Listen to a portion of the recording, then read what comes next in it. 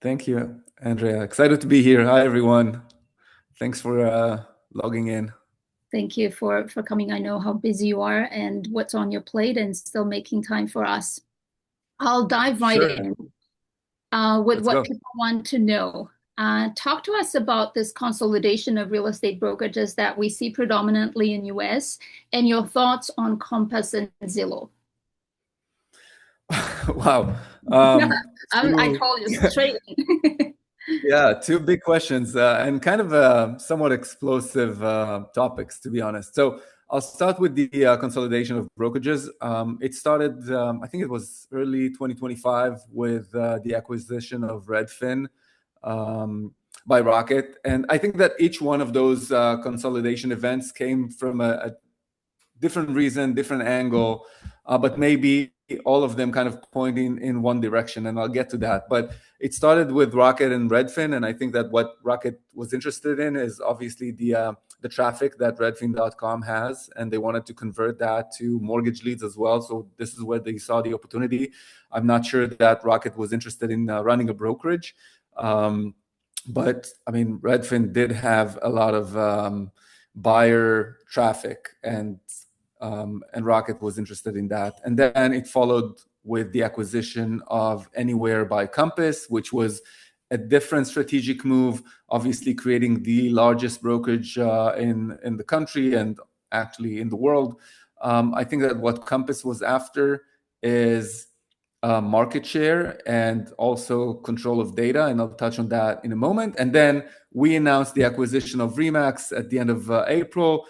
And if you read the S4 filing that we filed on Friday, you can actually see that we actually submitted our first bid to acquire Remax back at the beginning of 2024.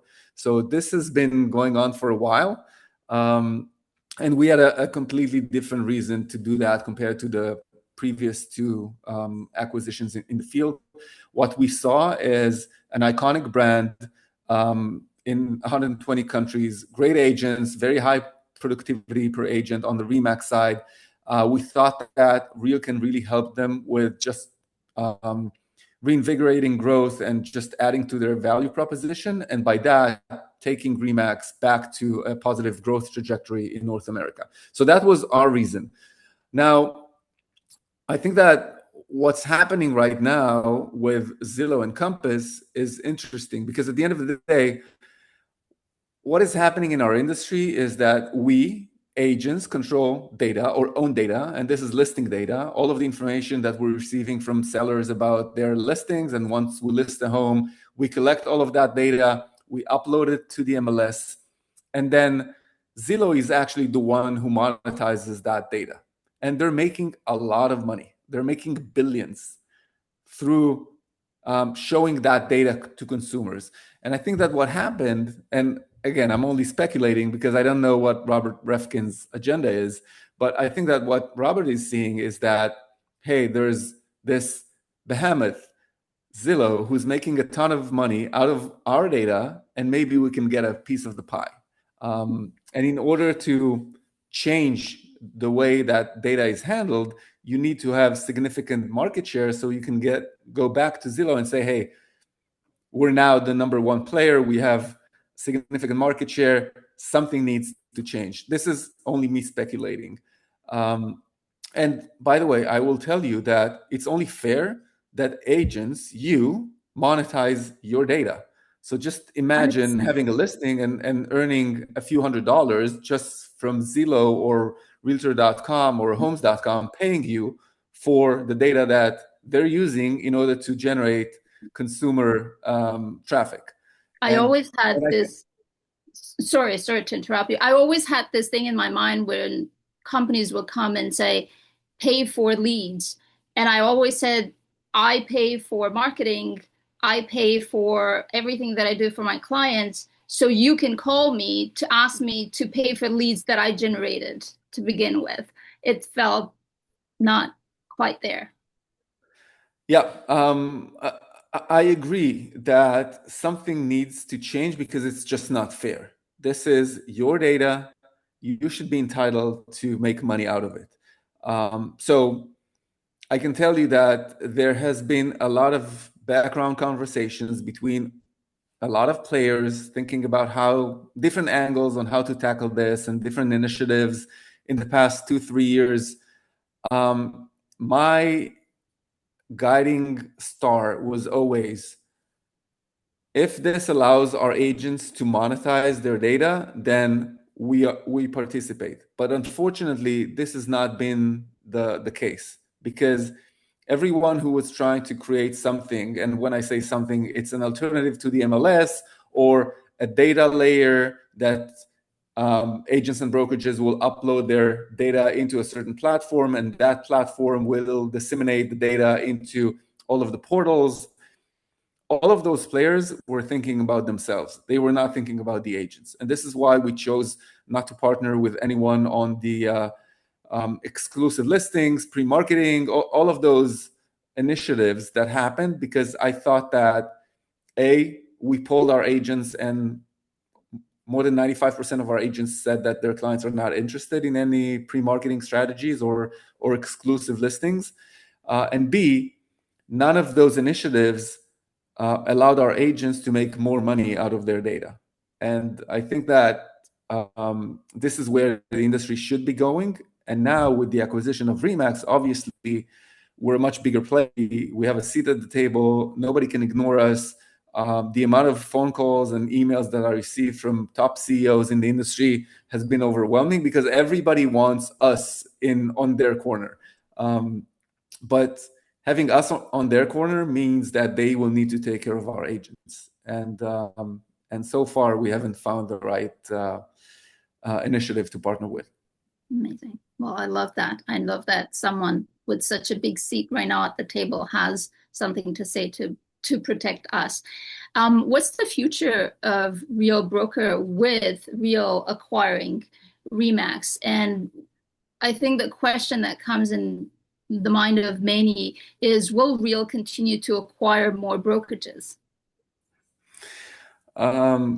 It's a good question, because we were never looking to acquire any brokerage. We grew organically up to this point, and we're over 34,000 agents. We never acquired a competing brokerage. Besides the announced acquisition of Remax, which hasn't closed yet. And I have to remind everyone that we're still operating as two separate companies, because we haven't closed the transaction. But we believed in our own path, in remaining independent, and we knew that we have a good offering for agents, and this is why we continued to grow in a great market in 2020, 2021, and first half of 2022, and also through that downward cycle. We are kind of an outlier because we continue to grow.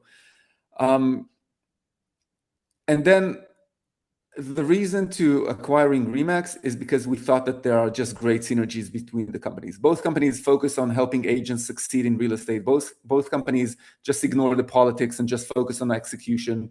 Both companies believe in production, and we just thought that using everything that we built on the real side, our technology, our culture, our momentum, our growth mindset, that could really benefit with Remax. And this is why the conversation even started. We were not looking to make an acquisition.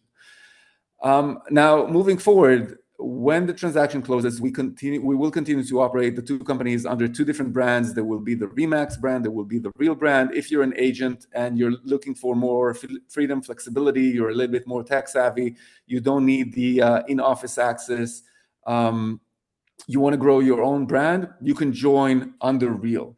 If you're looking for office access, you need the backing of a large brand, you can choose Remax. But now we have two very different offerings under the same roof, so that we can appeal to pretty much all agents in the industry. Having said that, we also think that everything that we built on the tech side can benefit with Remax agents. So from day one, Remax agents will have access to some of Real's technology. They will have an app. In that app, they will have access to the Real Academy, later on to the wallet. They will have access to a referral network combined Real and Remax. So you will have more referral opportunities. there will be some features that they will have access to, and their franchisees, the broker owners, the folks that actually run offices for Remax, they will have access to Reason if they choose to. They can stay under their existing systems, or they can choose to move to Reason, to our tech stack, and then we obviously can help them with productivity, helping them save time, eliminate some costs in their office, and just helping with margins. So that's the idea. And we are now working on all of the integration plans, understanding the Remax organization. This is a company that was established 53 years ago, a lot of history, amazing footprint in more than 120 countries around the world. So a lot to learn and to understand. And this is what we'll be doing in the next few months. Amazing. And you mentioned something very fast, and I wanted to just grab the audience attention there with your feedback.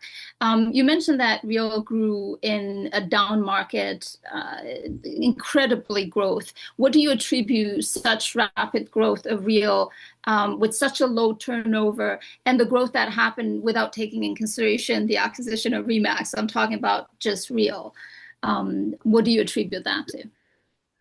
A few things. And your question is kind of similar to asking our agents, why did you choose Real? Why did you join Real? And typically what we hear is the freedom and flexibility that the platform allows them, the amazing culture that we all managed to build here, a culture of collaboration, where everybody feels like they're responsible for the other agent's success. And this is extremely unique, and that attracts a lot of agents. The technology that we offer, obviously the compelling economics, and then all of the other opportunities to monetize your business, from title JVs to the Real Originate program on the mortgage side, to the stock purchase program, to revenue share, all of those things that can help you diversify your streams of income, going from only commission to multiple streams of income. And I think that we kind of reached a great balance between the cost of being at Real, of being at this brokerage, to the value that we offer. And we constantly try to enhance the value. Every year there are new developments, new things that we're offering. So I think that it's just the all of those reasons, and obviously the fact that agents that are here, and keep me honest, by the way, agents that are a part of Real truly feel like we're working for them.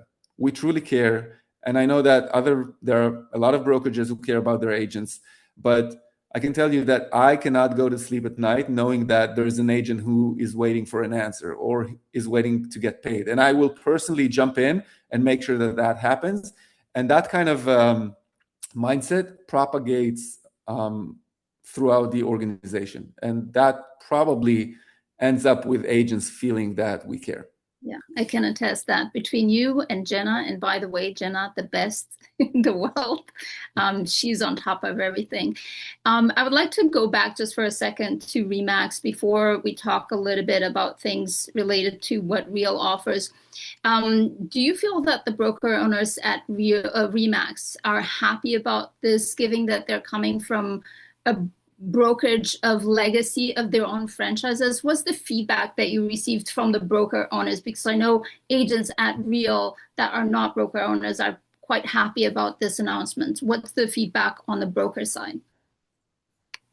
Sure. I've had a lot of Remax agents and broker owners reach out to me, and I was trying to engage in conversations to the extent that is allowed right now, just because, again, we are operating as two different brands and two separate companies at the moment. I think that at the beginning, there was a mix of excitement and some hesitation because, people were asking questions, and honestly, we didn't have all the answers, and Remax management didn't have all the answers. So I think that what comforted them is the understanding that Remax remains Remax. We have a lot of respect for this brand, and nothing changes for them unless they choose to use some of the things that we offer. And if they don't, then it's business as usual. So for them, it's just additive because they can continue to do what they do, not change anything in their business, and have some options to add on top of that. And it's their option. Nobody's mandating anything. Nobody's forcing them to do anything. And I think that once they understood that, then the slight hesitation also switched to excitement and curiosity and support. And this is what we've been feeling over the past few weeks. I can tell you that it's a little bit frustrating to know that this transaction will close in a couple of months, and in the meantime, I cannot really engage in conversations to the extent that I want on the Remax side, because I do want them to feel comfortable. I do want them to feel comfortable reaching out to me, and I want to be accessible. But legally, it's kind of a little bit tricky. But I'm sure that once we close the transaction, we will be out there meeting the Remax network, flying from place to place, state to state, even country to country, and just making sure that they understand that we are here to help them grow their businesses, help them in their operations, and just make things even better for the Remax network. So looking forward to closing. Same. And a lot of people are looking for that. Without obviously with the limitation of the transaction not being closed, a lot of, if you can share with us, a lot of agents from the Remax side are asking about the compensation model. If would that be a standard compensation, or the two companies will keep their own compensation as it is? The models remain the same on the real side and on the Remax side. So if you're with Remax, nothing changes. You're on a certain plan. If you're a broker owner, you have your obligations toward Remax. Nothing changes in that. What we are thinking about is how can we somehow get Remax agents involved in agent attraction, for example, both on the Remax side and on the real side. But those are just preliminary thoughts. In the meantime, I can tell you that nothing changes in the model for each company. And in terms of planning, because you're in the planning phase right now, how would you consider planning to accommodate the two cultures, which to a certain extent are very different, and of two different brands, and combine them at a level of agents? When I met Eric, Remax CEO, for the first time back, I think it was January of 2024, December of 2023. It was a week after he was nominated to be the CEO of Remax.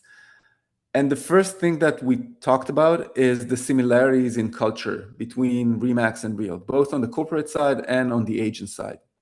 Because even though they are a franchise model and we are a non-brick and mortar model, I think that if you talk to a Remax agent and a Real agent, you will see that both of those personas are kind, hardworking, focused on real estate, no politics, and just good people.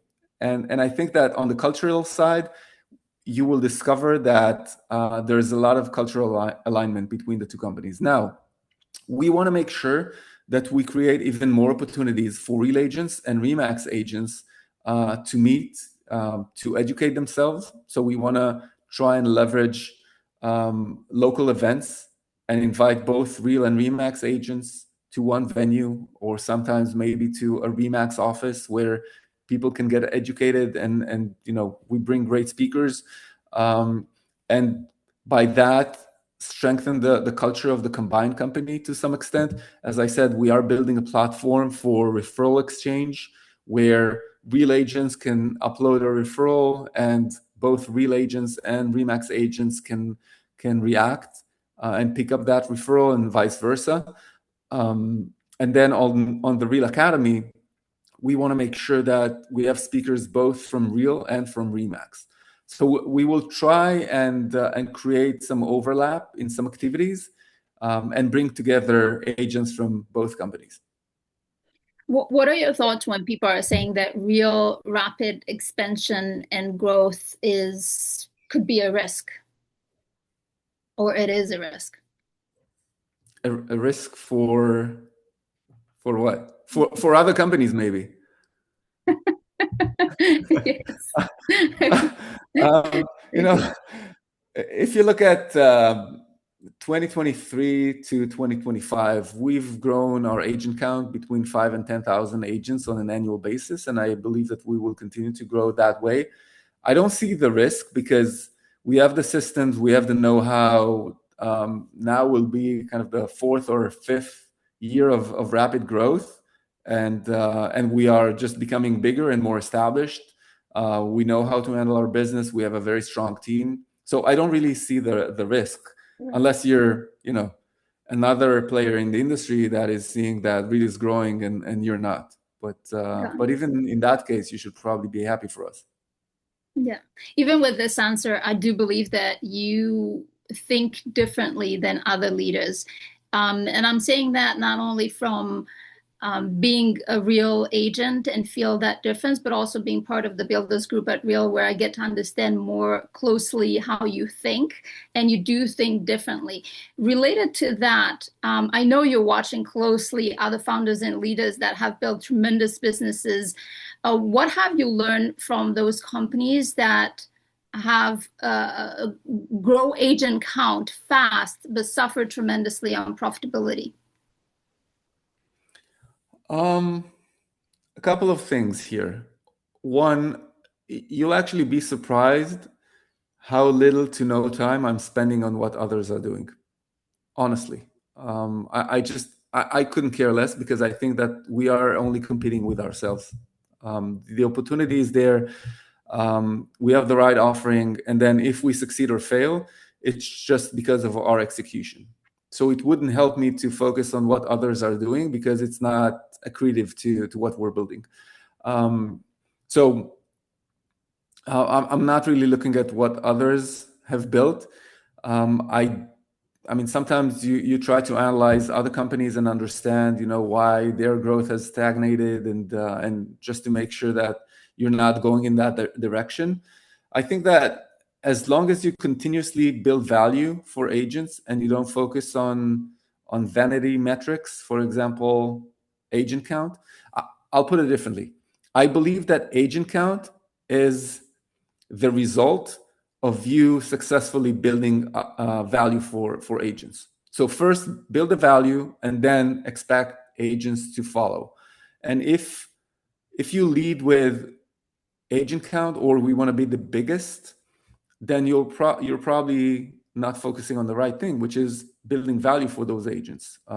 So what we do every day is just think, how can we drive and deliver more value to our agents, both short-term and long-term, out of the expectation and belief that agents will continue to join us if we build great products, great offerings, and great service. And with that, the next question ties in so perfectly. There's an aspect of Real Broker Motor that you introduced to the industry without the whole hype and noise around it. Because when it comes to the brokers that I'm working with for Build, I can no longer say that this is just a real estate brokerage business. Real right now really encompasses so many different businesses that are all designed to enhance the consumer's experience and help us in so many different ways. What are those businesses? And I know some of them are more offered in United States, not in Canada yet. Where do we stand on that as of right now? I'll start with the last question. Canada is much more complicated when it comes to doing certain things. Even if we're talking about fintech and the real wallet, it takes longer, it's more complicated, and it's also more expensive. But we are committed to delivering all of those products to Canada. Now, the reason why we went into fintech, mortgage, title, later on there will be additional services, is because of two main reasons. One, we believe that buying a home right now is not a great experience for consumers. It's fragmented. It lacks transparency. It takes a long time. There's no control as a buyer, and it needs to be improved. And the only way to improve it is to control each and every step of the way. So you have to control mortgage. You have to control brokerage. You have to control title. At some point, you have to be able to offer insurance.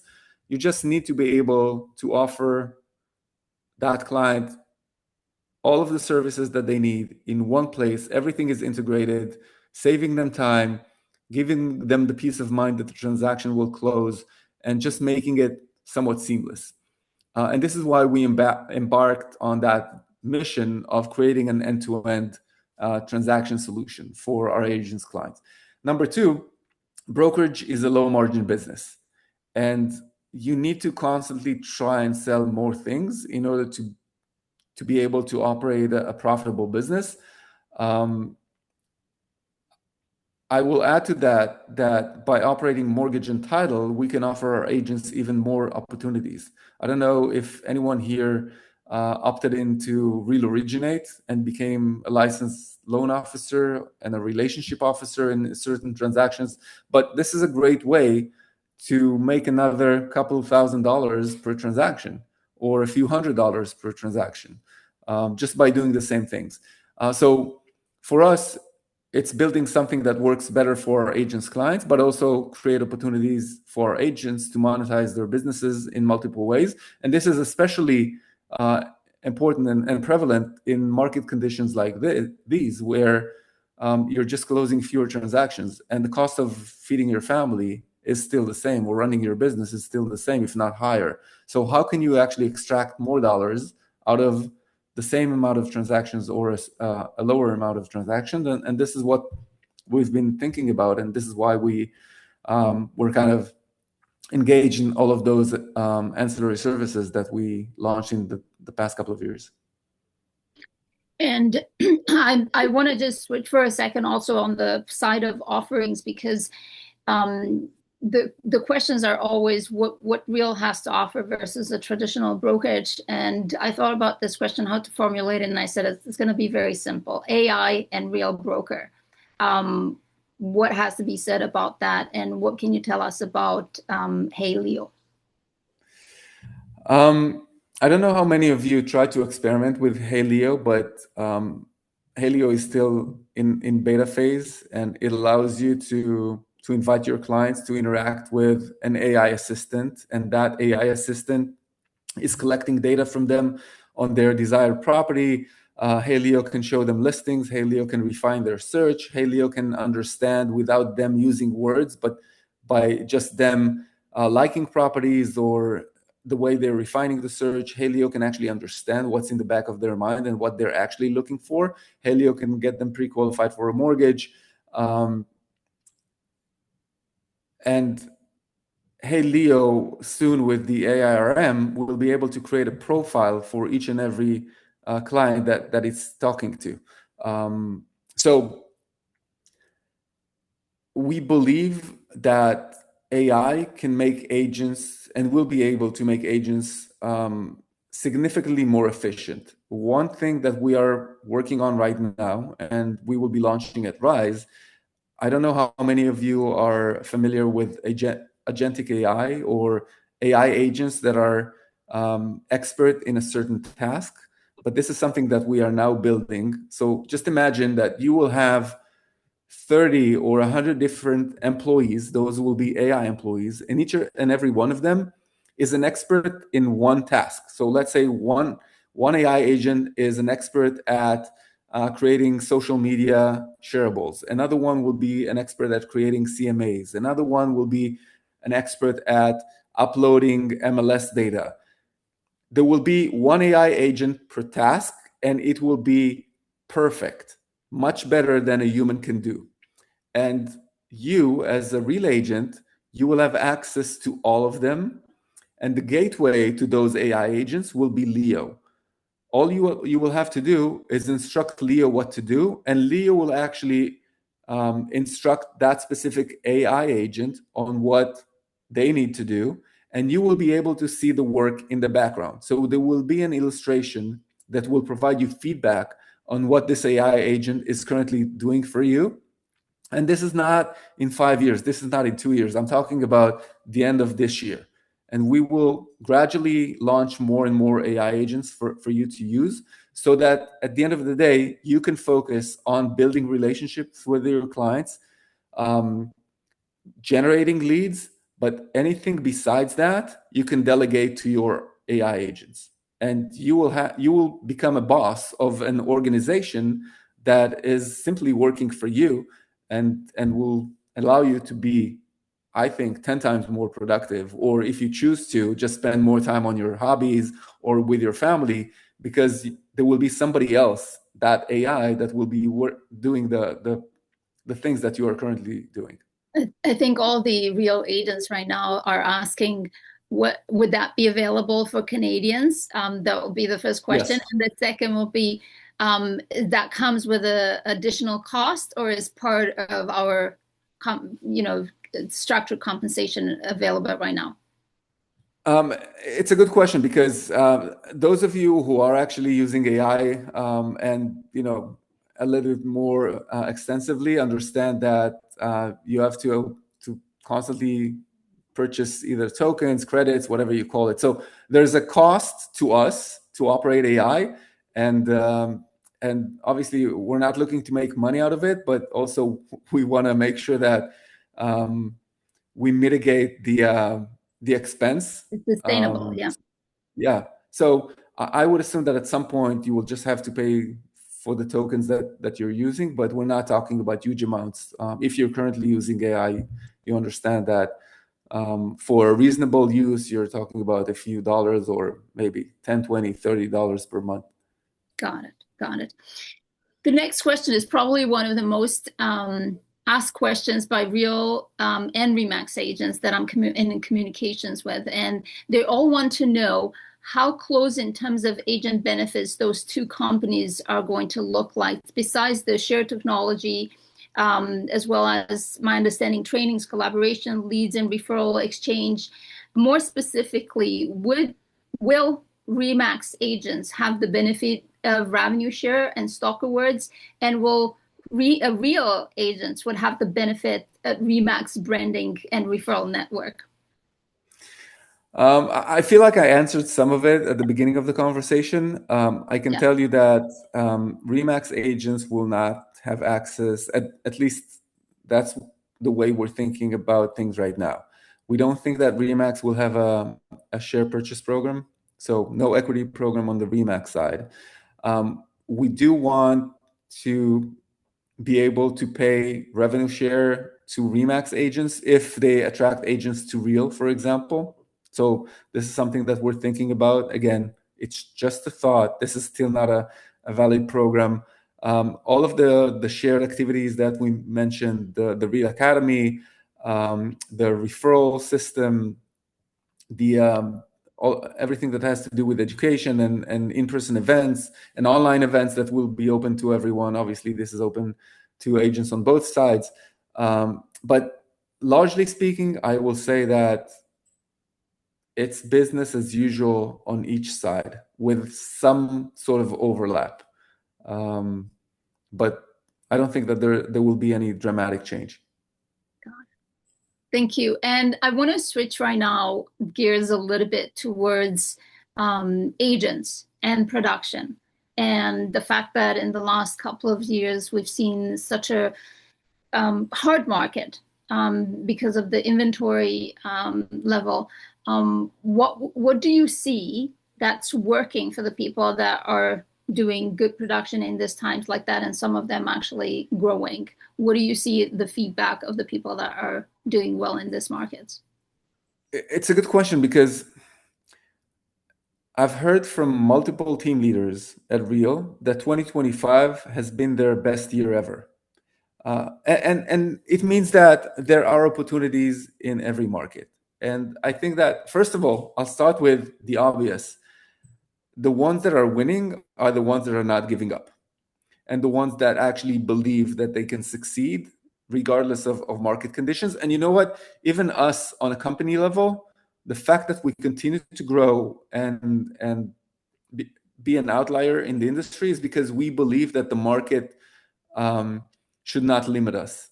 that our success is dependent on us and not on external factors. So this is something that I would encourage everyone to adopt, that mindset of, yes, the market is difficult.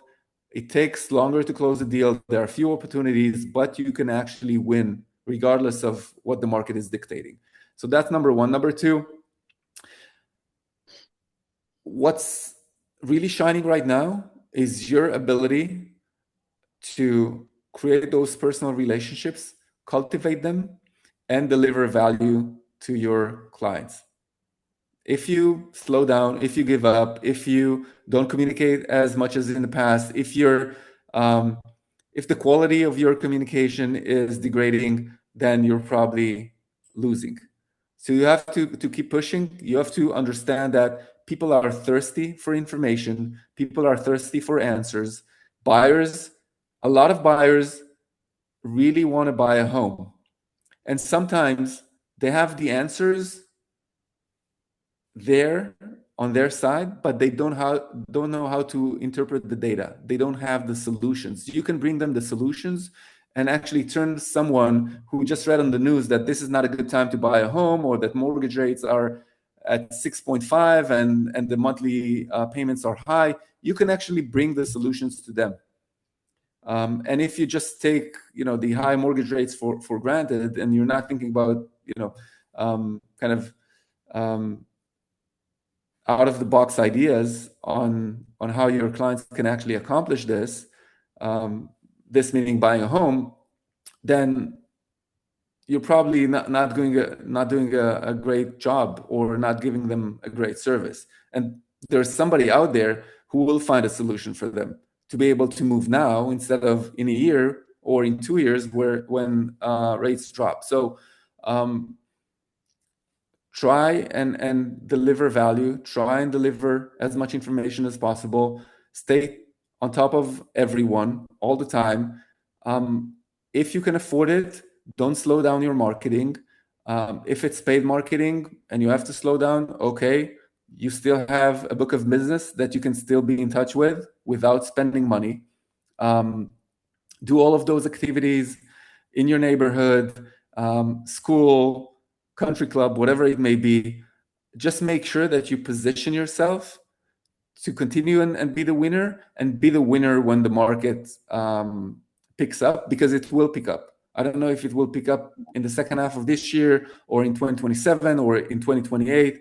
But I've been in real estate for 20 years right now, even a little bit more than 20 years, and it's cyclical. And bad times don't last forever. And right now we're at a trough for about 3 years now, and we are in a down market for 4 years. It'll take another year, maybe 2 years, and that's it. And then we'll get a great market. Yeah.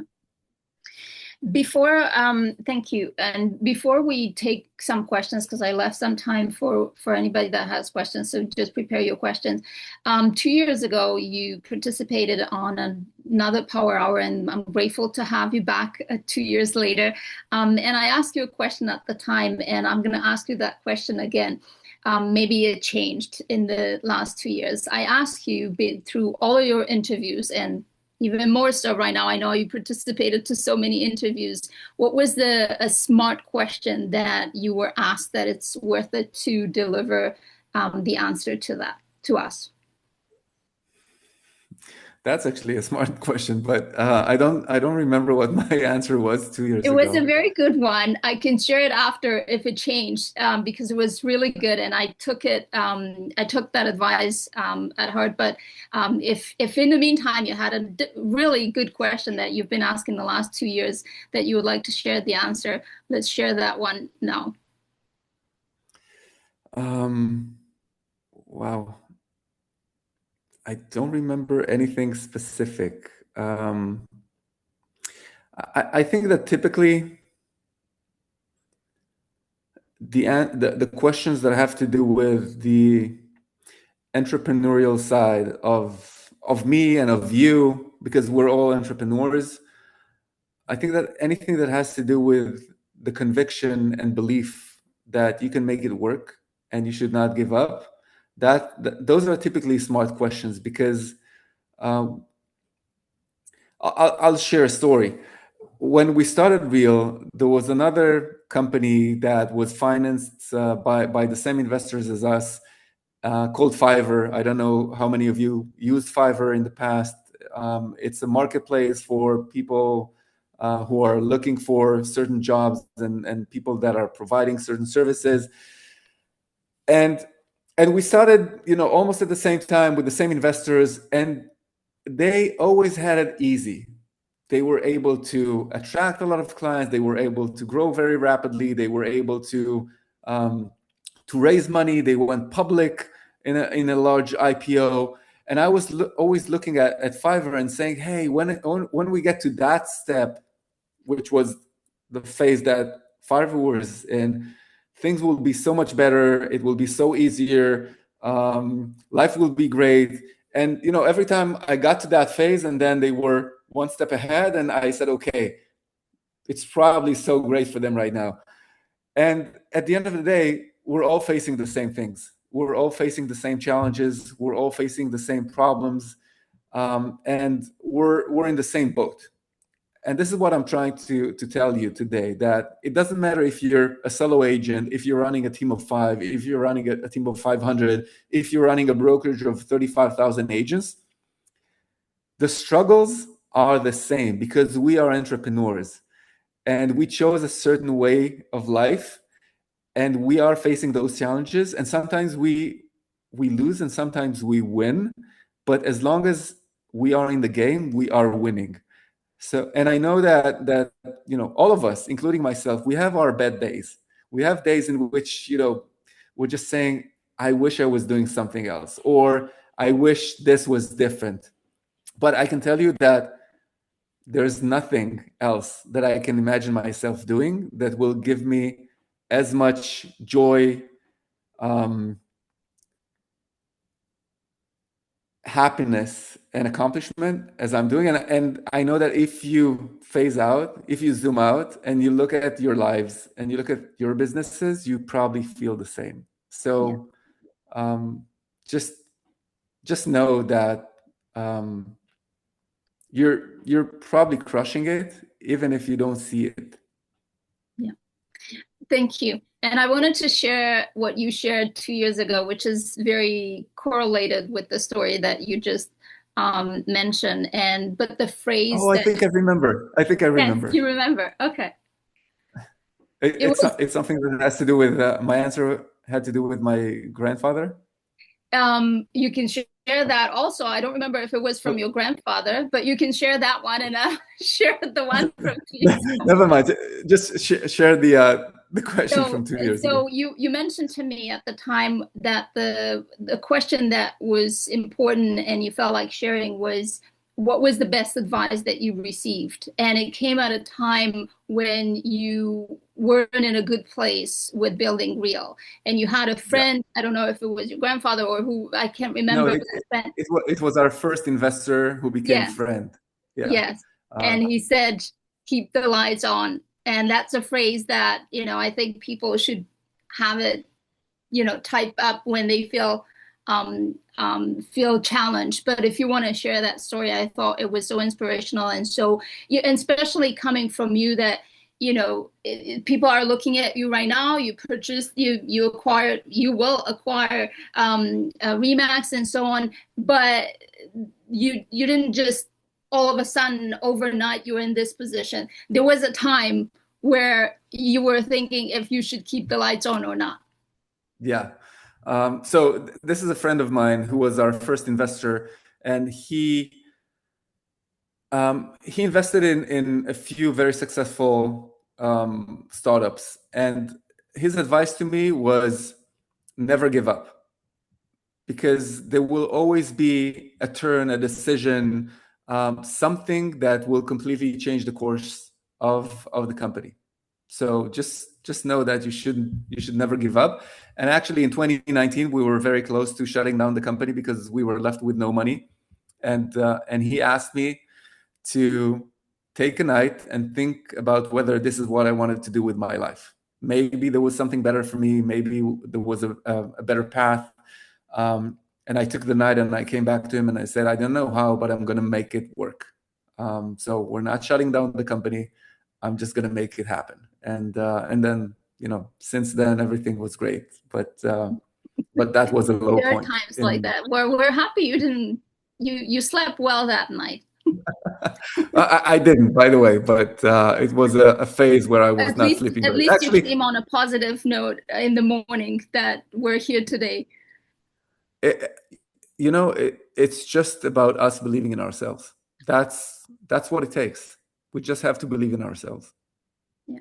If I can be a little bit intrusive, what was the advice from your grandfather that you would like to share with us? No, it wasn't an advice. It was just his life story that he went through World War II in Europe, and he was escaping from the Germans, and he was walking in the cold forests of Ukraine in the winter without too many clothes, and just really horror stories. He had 11 brothers and sisters.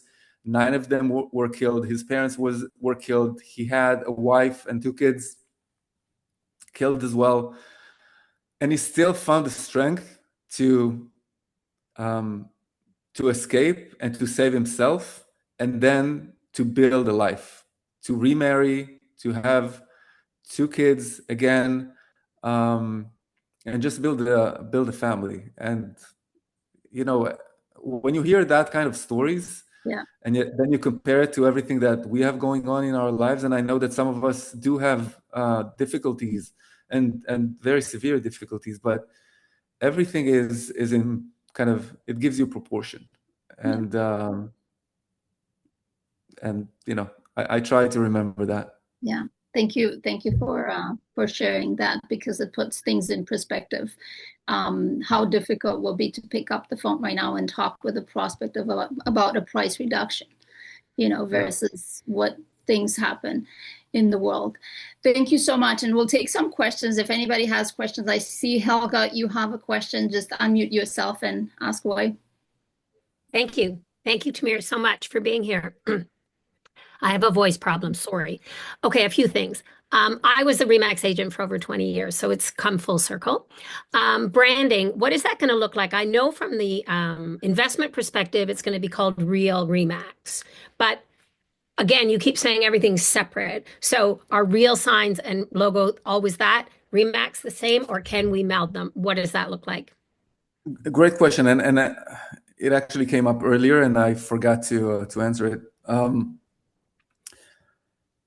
Again, disclaimer, nothing has been set. We're still exploring everything. I think that there is value in mentioning on your marketing materials that you are a part of the Real Remax group. That adds a lot of credibility. It adds to the brand power.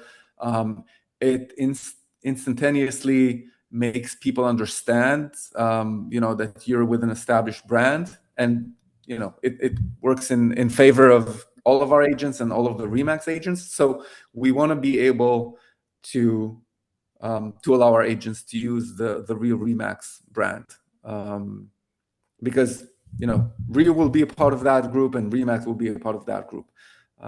So hopefully we can get to that situation. Okay, sorry, just a few more. Finance. I don't want to take a cheap shot here, but so we do know what our finance is now, but there's always a little bit of tweaking, because I know you're a public company and you have to be profitable. So again, are there any considerations to tweak our compensation package in going forward? Beyond anything that was announced and so far, I don't think that there will be any changes in the next couple of years. We're in a good place. We're generating significant cash, so we're not thinking about changing anything in the economics on the Real side. Okay, last one. So sorry, you have taken over a bunch of debt from Remax. And again, you keep saying everything's just going to operate the same. But Remax can't keep operating that way, because they were weren't they under a huge amount of debt? So you need to fix that, right? I think that there's a little bit of misconception as to Remax debt and finances. Okay. Debt is not a bad word if you can actually service it. And I'll just give you I'll give you a few numbers so that you can understand what the combined company is going to look like in terms of cash generation. We're taking on roughly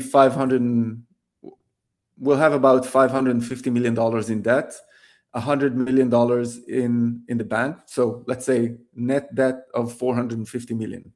Okay. The combined company before debt service will generate roughly $200 million. And that's based on 2025 numbers. So a debt of $450 million with $200 million every year that you can apply to paying interest and deleveraging or paying back part of the loan. So you can do the math and understand that within a very short time frame, we can actually pay back that debt. I'm not sure that we will choose to pay all of it back because we might have some better things to do with cash.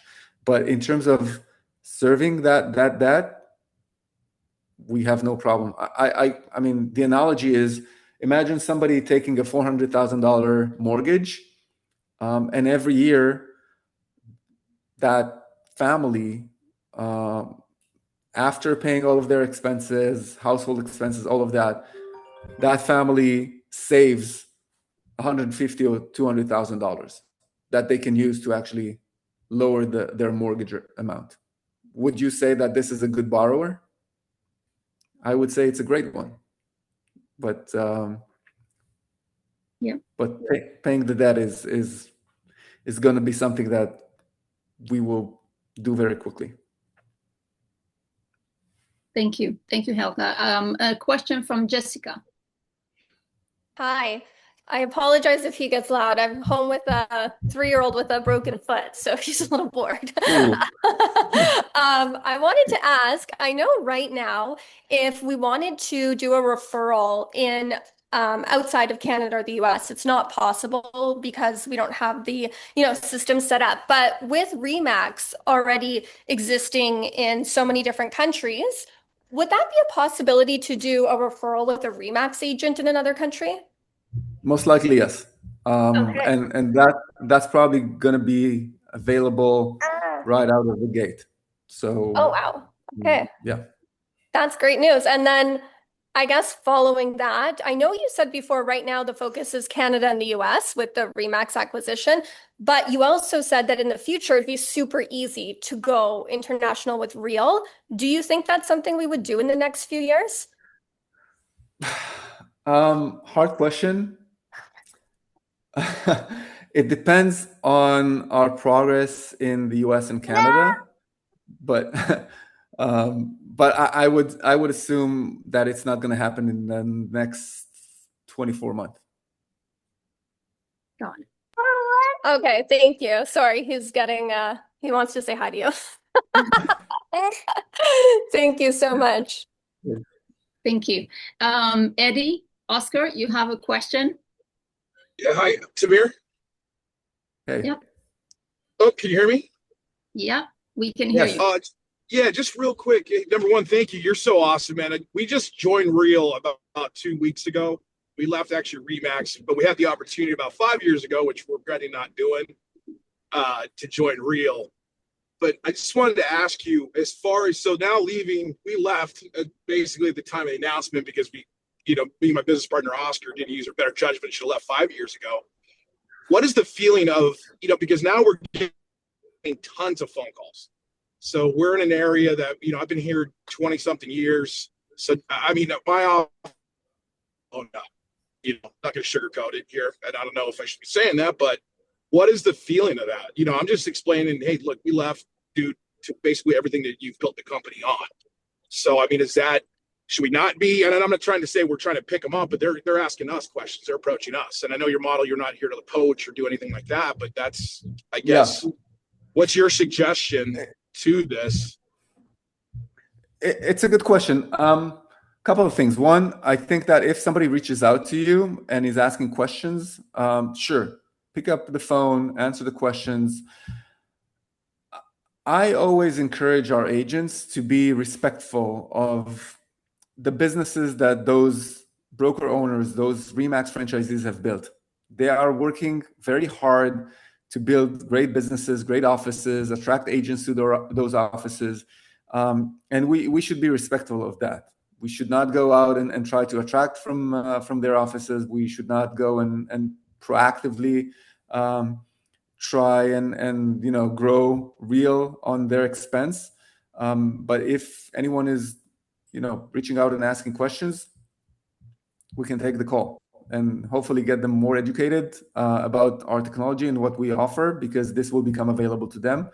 But just think about the fairness aspect and just the respect that we need to have for everyone on the Remax network. Yes. Okay. Understandable. It's just kind of one of those, our industry has changed. I've been doing the same kind of thing like 25 years and seeing all this, like our industry is changing.